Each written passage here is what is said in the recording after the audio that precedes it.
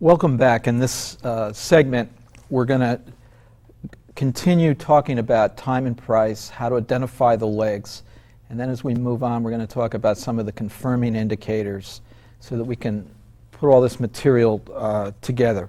And I want to remind you that in the workbook which accompanies the tape, we have illustrations that you can go and study to make sure you understand all the different facets of time and price.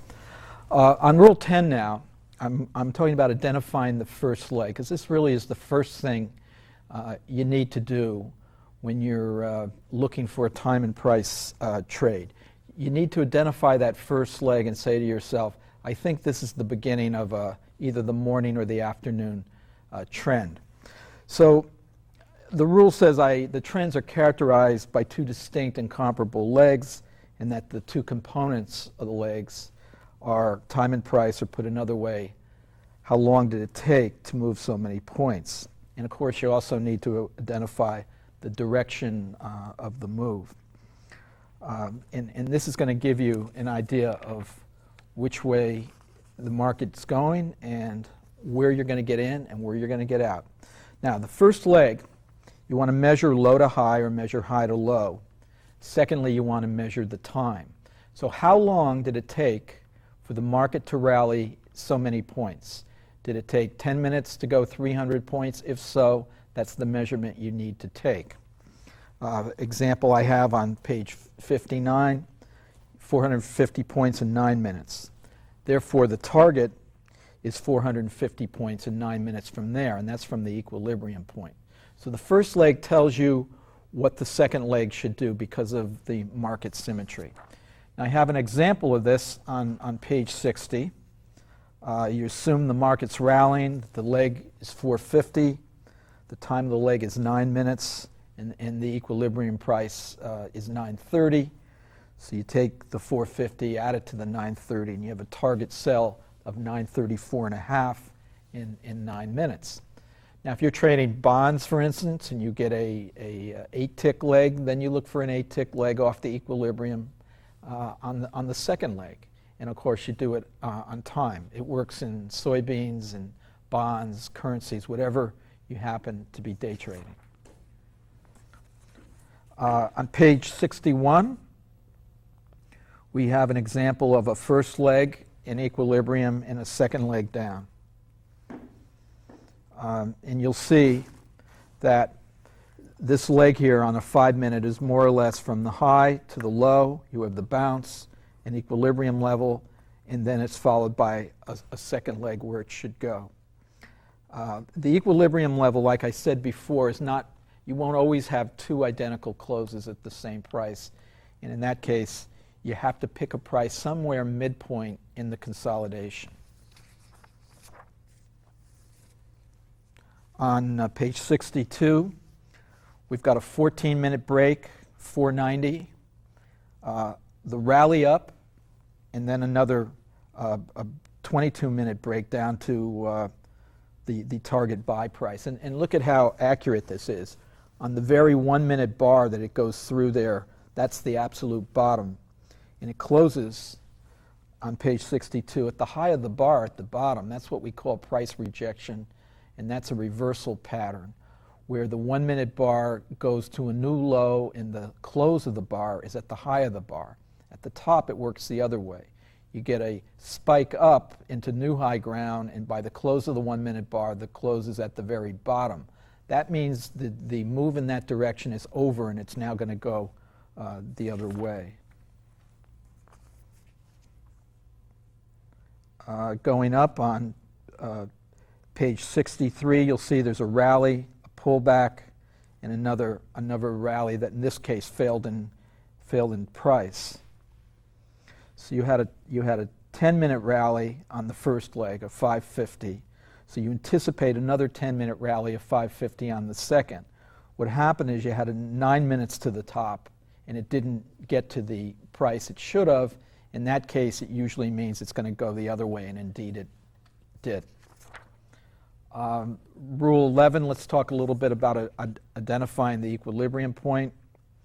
It's where supply and demand comes into balance after you have a sharp rally or a sharp decline. In other words, buyers and sellers are more or less in agreement that at that level they're both willing to buy it and sell it. As a result, it will trade up and below that number, and it will become an equal price at that point, and it won't rally anymore or decline. Once the sideways move is over, then it will start to rally and decline. It's the area where prices consolidate, as I mentioned. Look for the two identical closes, and the 1-minute bars, of course, are the best. They're the best because you're much more likely to get an equilibrium point.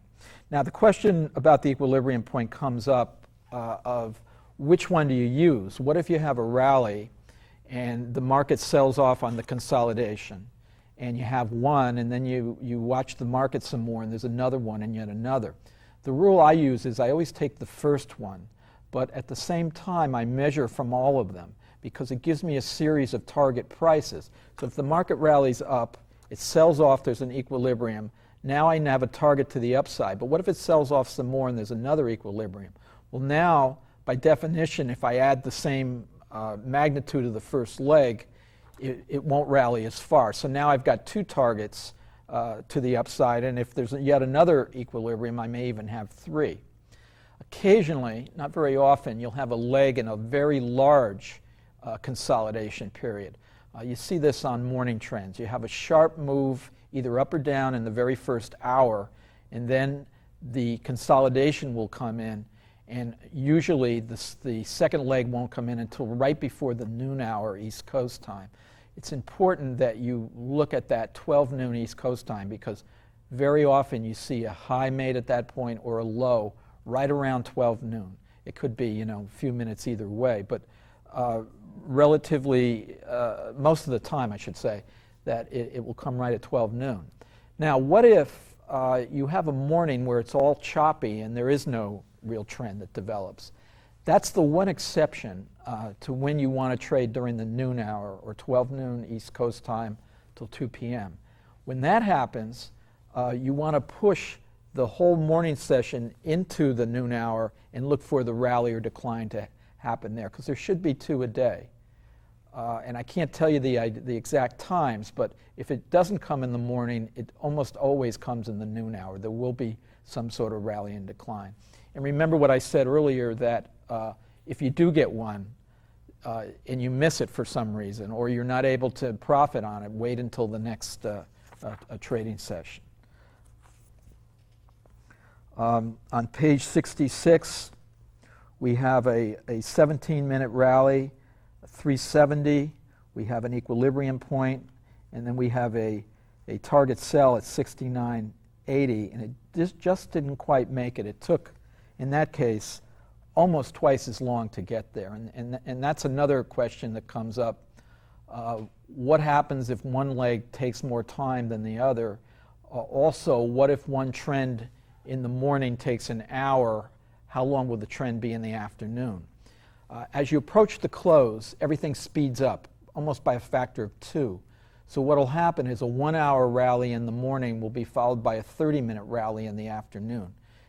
As you approach the close, there's less time, and it seems like the speeds of the trends increases. And sometimes the speed of the trend between legs will increase by a factor of 2 or decrease by a factor of 2. For instance, you have a 10-minute first leg and you have a 5-minute second leg, or you have a 10-minute first leg and you have a 20-minute second leg. Here on page 67, you'll see there's a quick 6-minute break of a leg of 280 before there's a bounce. On the bounce, there's an equilibrium. You take the equilibrium price, you subtract the magnitude of the first leg, in this case 280, and you get a target buy of 49.90, and you get a quick 5-minute break, and it just misses it. There is a slight rally from there, and then it does reach it. So sometimes it pays to hang on for that subsequent break to the target. Now, we've talked a little bit about the 618, but it really is an important calculation, and we need to go over it in detail. The 618 calculation essentially says that whenever there's a rally or a decline, there'll be a pullback of 0.618, whatever the magnitude is. So the 618 retracement price, it helps set up a safety zone within which prices should consolidate prior to breaking out. Now, this doesn't mean that it's going to go back to the 618. All it means is that the 618 is the downside target in the situation of a rally, that it will pull back prior to going to new high ground. Vice versa, if it's a declining trend, it's the 618 is the extreme that it will go up after a initial decline on the first leg. So if it comes down, say 300 points, you multiply that by 618, you add it to the low of the move, and that's how far up it should go. Now, it's very important to do these calculations, because what will happen is if you're selling on the consolidation for the next break and it goes against you, you know where the outside risk is, how far it will carry against you prior to working out. And I can remember several instances in the market where I failed to do this, and I panicked at the top and bought back my short positions because I thought I was on the wrong side. And what happened is it traded up against me right to the 618 and then broke like it should. And there's another important point about the 618 you need to remember, and that is you can't put a stop at that price, because that's what the floor is gunning for. The important thing is, how does it behave when it gets to the 618? If there's a decline and you've calculated the 618 and it goes up to that 618, it may indeed violate it. That's because they're running the stops there. But as soon as those stops are hit, it needs to go back down again. If it doesn't, if it goes above the 618 when selling and stays above it, then you're in trouble and you need to get out right away, because what it means is the market not only has retraced, but it's turned direction, and it's gonna go the other way. So let's walk through a calculation of how this works. It's really a very simple one. You take the high minus the low to establish the range. You multiply whatever the range is by 0.618, and that's the 618 number. And then you add it to the low as a sell point, or you subtract it from the high as a buy point. Now, this doesn't mean that you're going to necessarily wait for it to go to the 618. What I'll do is, if I see a break on the first leg and I'm not in the market, an equilibrium is established, typically I'll start selling right away, because I don't know if that's the final bounce up at the equilibrium and the next bar may go lower. Now, if I get adversity, I know what I call the sell zone area at that point. It's between the equilibrium and the 618. In there, I'm comfortable selling. But if it's violated, of course, then I have to get out of everything. So in this type of trading, there's really no room for guesswork. It's all clear cut. There's a equilibrium price above which at or above you want to sell. There's a 618 below or at you want to sell, and above that you no longer want to be short. Of course, you do want it to break out the downside. And by the way, when it breaks, it's got to go. It can't come back up indefinitely and still be a good trade.